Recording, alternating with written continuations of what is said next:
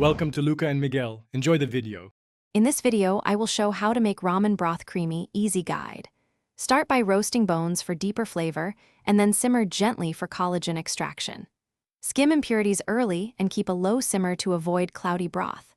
Add fat sources like pork back fat or chicken skin during finish to enrich texture. Emulsify with a blender or tare to suspend fats and proteins for that signature creamy mouthfeel. In this video, I will show how to make ramen broth creamy easy guide. Use pork neck bones or a whole chicken to extract maximum collagen and flavor from slow simmering. Roast bones first to add caramelized notes, then simmer with aromatics for clarity and depth. Finish by whisking in a few tablespoons of lard, butter, or toasted sesame oil to create a glossy, silky texture that clings to noodles. In this video, I will show how to make ramen broth creamy easy guide. Keep the pot at a low simmer so collagen gently dissolves while fats stay suspended.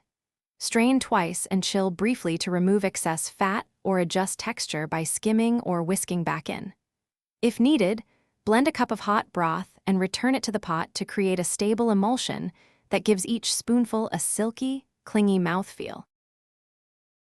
Thanks for watching and please subscribe. It's the best investment you'll ever make.